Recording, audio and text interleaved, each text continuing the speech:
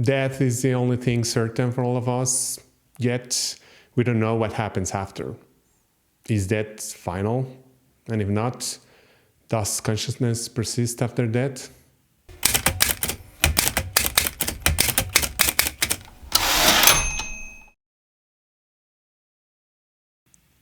My grandfather once had the strangest of dreams.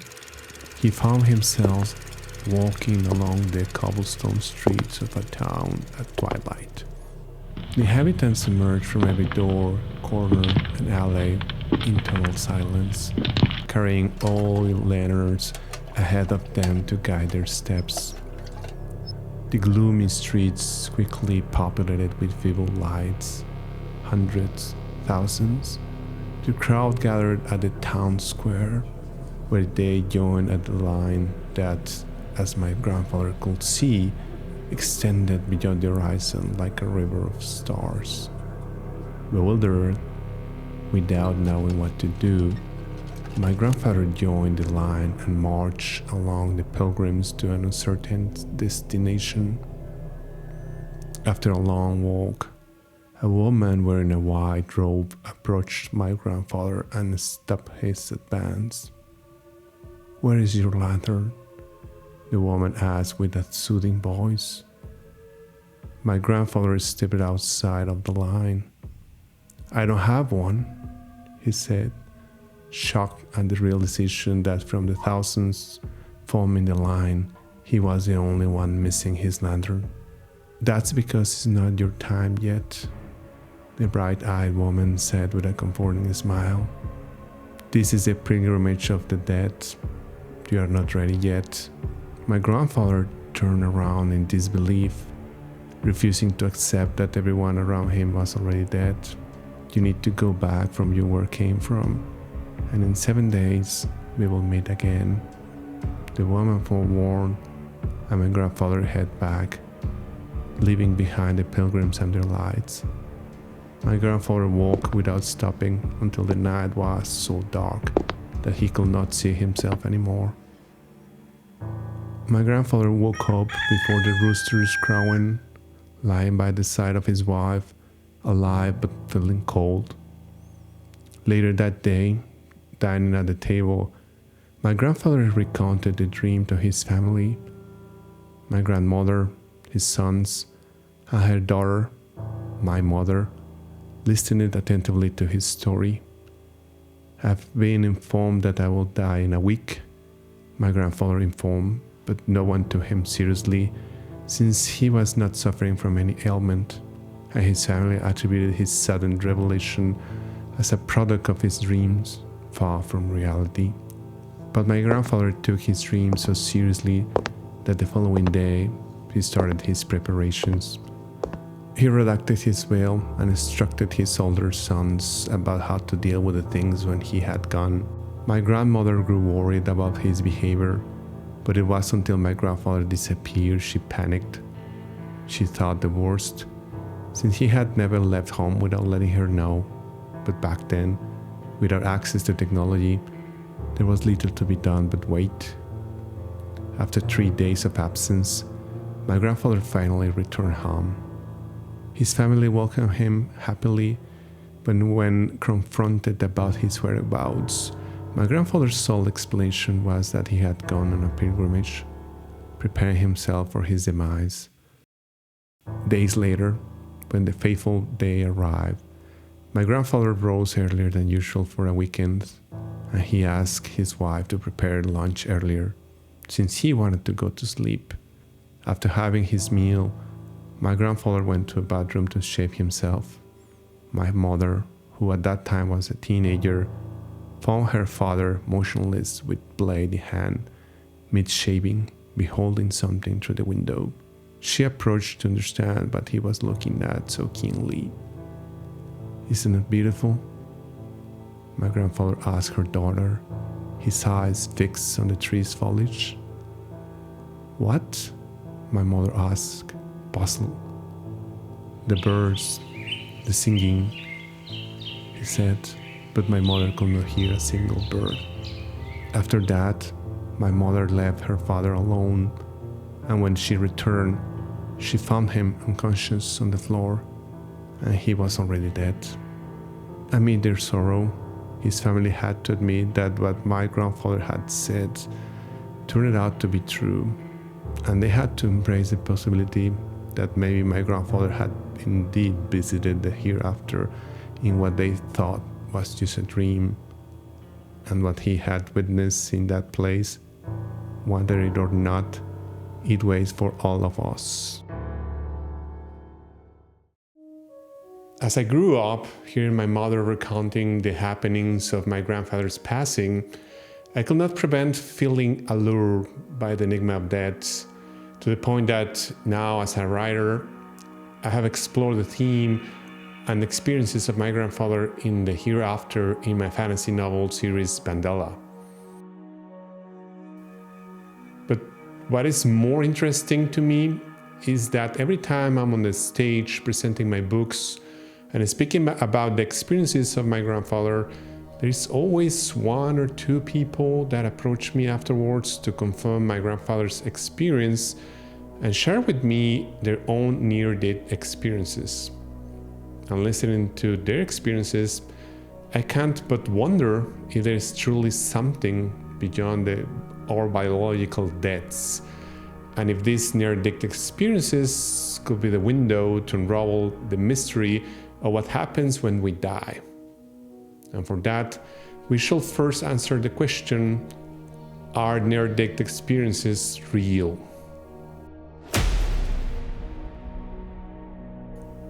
Near-death experiences are profound personal experiences that take place on the brink or during clinical death before being resuscitated.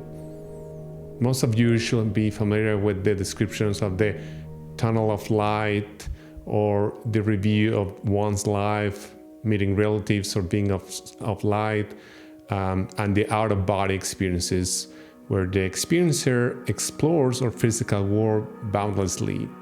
The problem to study this phenomenon is that near-death experiences are subjective in nature, happening entirely in our brain and highly unpredictable, considering that most of the times doctors and scientists are not present when this occurs, so it's difficult to apply a scientific rigor to anecdotal data.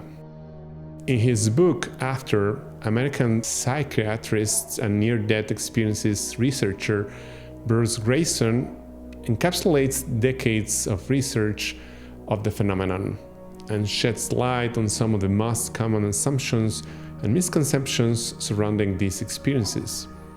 I have summarized the conclusions in the following points. Mind continues functioning independently from the brain.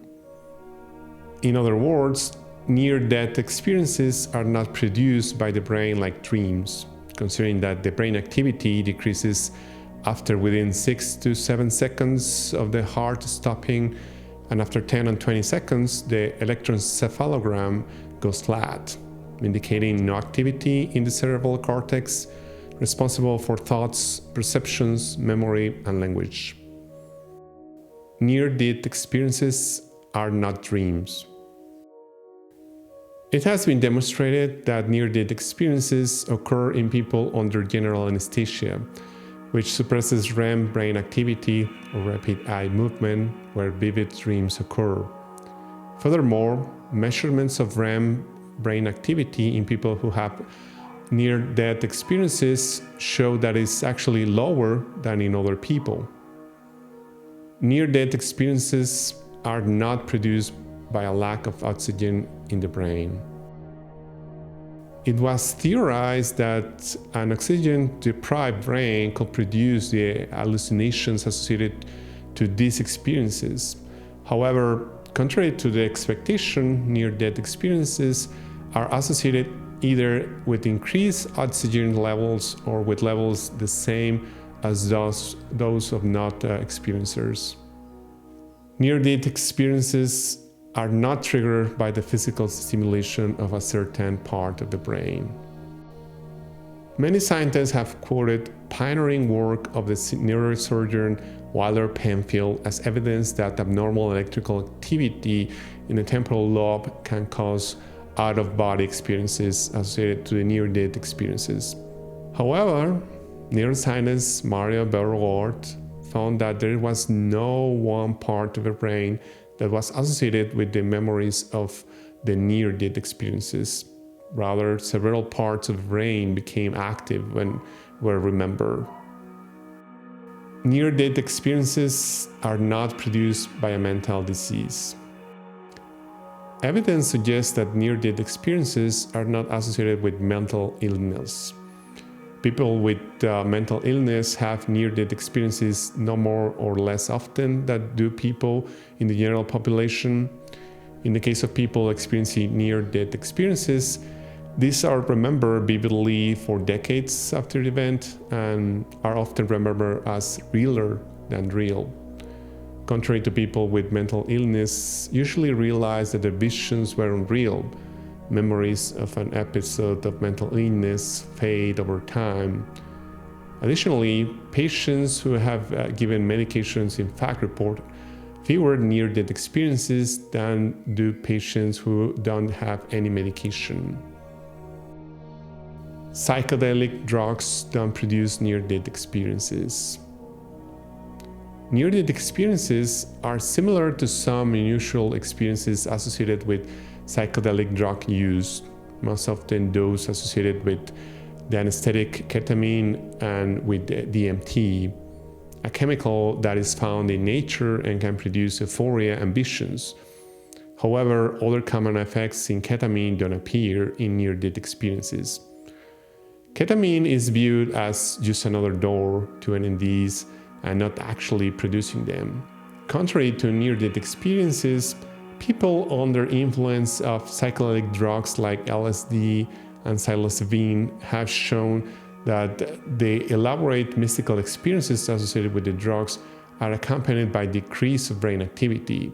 These drugs decrease brain activity, particularly in the prefrontal cortex, and sharply decrease the kind of synchronized electrical activity in the brain that is typically seen with complex thinking, reducing the brain's ability to filter the mind and permit access to mystical experiences.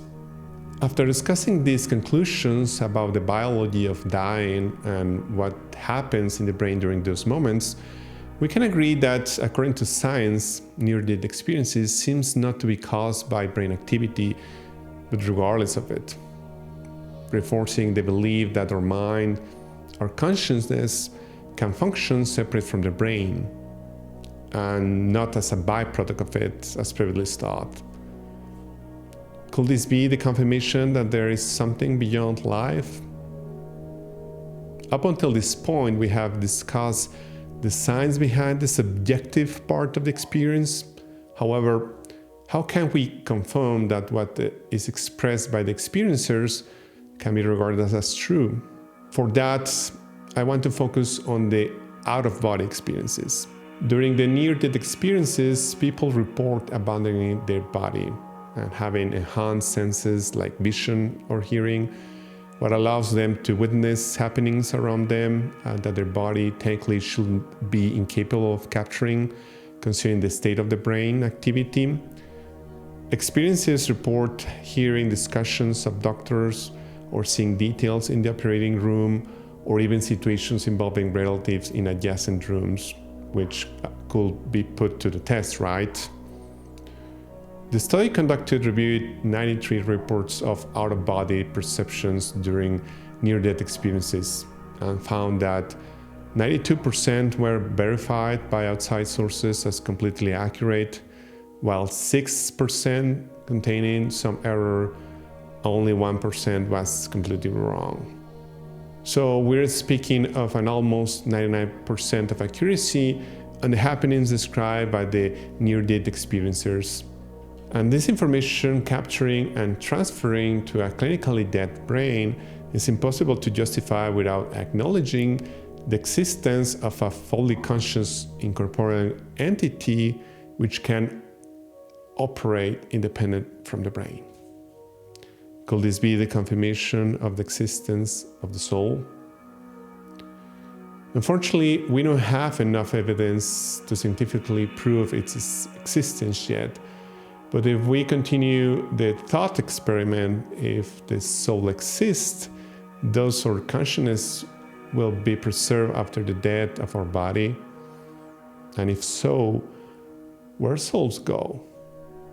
Is there a hereafter as described by my grandfather, a heaven, a hell perhaps? According to the research of psychiatrist Bruce Greyson, experiencers of near-death experiences reported having physical-like sensations comparable to seeing and hearing, and we still have emotions. They mentioned that we still be able to watch loved ones who are still alive and may be able to communicate and interact with them. And this communication channel between our plane of existence and this spectral world where our defunct loved ones reside, it puzzled me. Not only because it has been claimed by believers and practitioners of the paranormal, but also because I still have a second story to share with you today.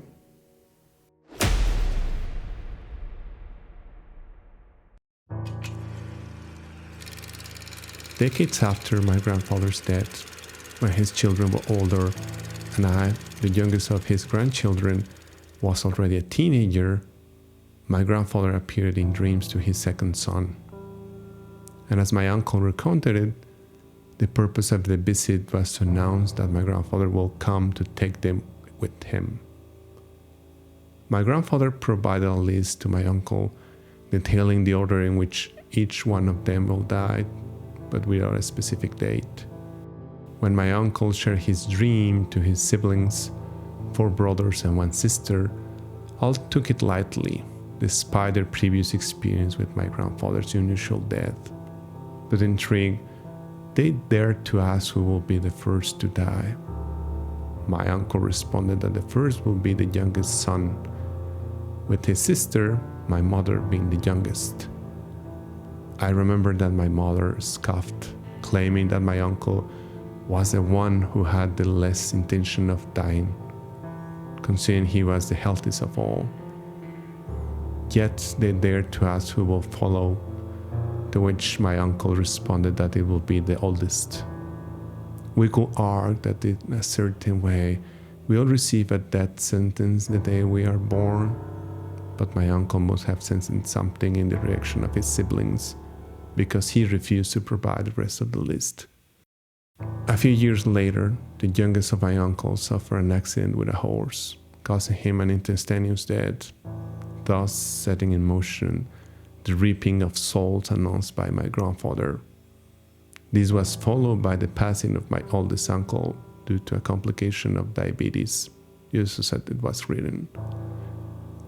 My mother and his surviving siblings approached my uncle with the intention of knowing the rest of the list, but he refused to provide without giving a reason.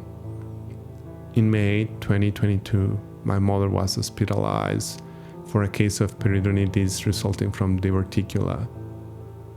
Despite being attended promptly, she suffered a severe case of sepsis, an infection which kept her in the hospital for weeks with a discouraging prognosis. Given her critical situation, my brother and I anticipated the worst. As if by a miracle, the infection subsided and my mother survived. She was discharged and returned home accompanied by nurses to continue her recovery. During the following weeks, her relatives were attentive about her condition, everyone but her brother who had received the list. My uncle finally called months later. I was sitting by my mother's side, and I could hear my uncle's voice through the receiver.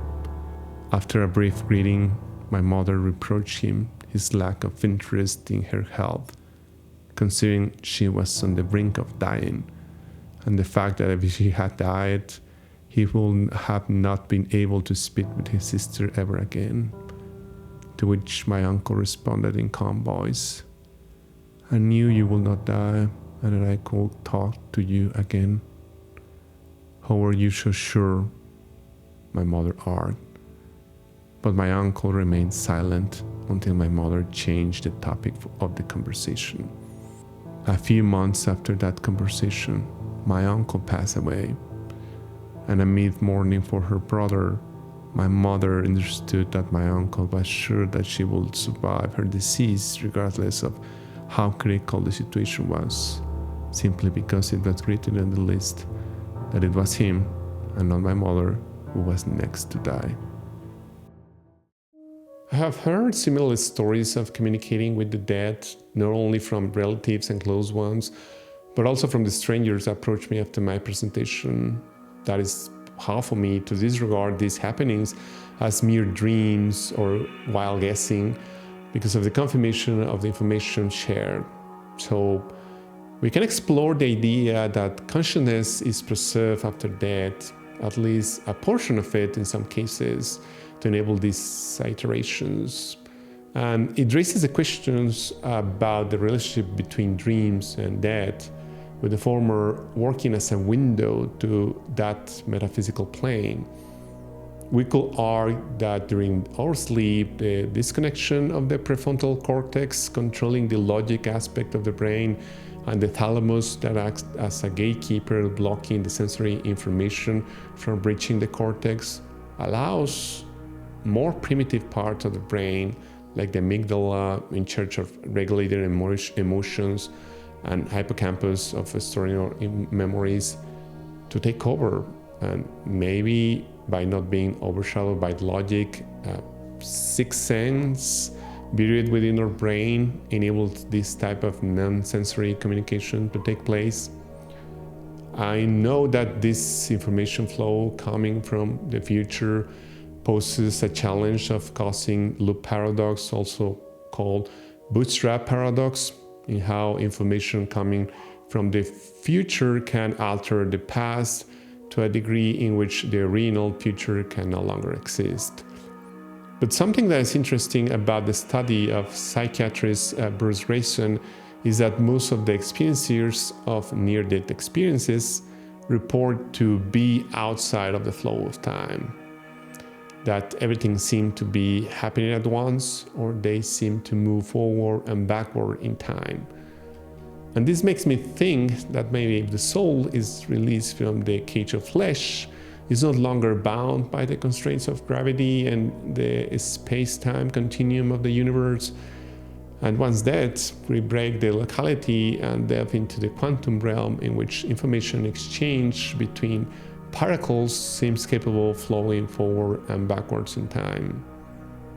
In a previous video, I debated if consciousness is the product of our life experiences tied to our biological body, or if what we consider our soul is an unchangeable essence we receive at birth. But regardless of what we believe, the research we reviewed today points to the fact that consciousness can exist without the brain, at least in some manner, and that after death, we can experience some sort of existence, even if brief, like ripples fading in this pond that we call life. Thank you for watching. If you like the video, please share and subscribe to my channel. You can also visit my blog, where you will find more articles addressing similar topics. Or if you enjoy thought-provoking literature, you might like my dark fantasy novel series as well. Links are in the description below. Thank you again, and I'll see you next time. Bye-bye.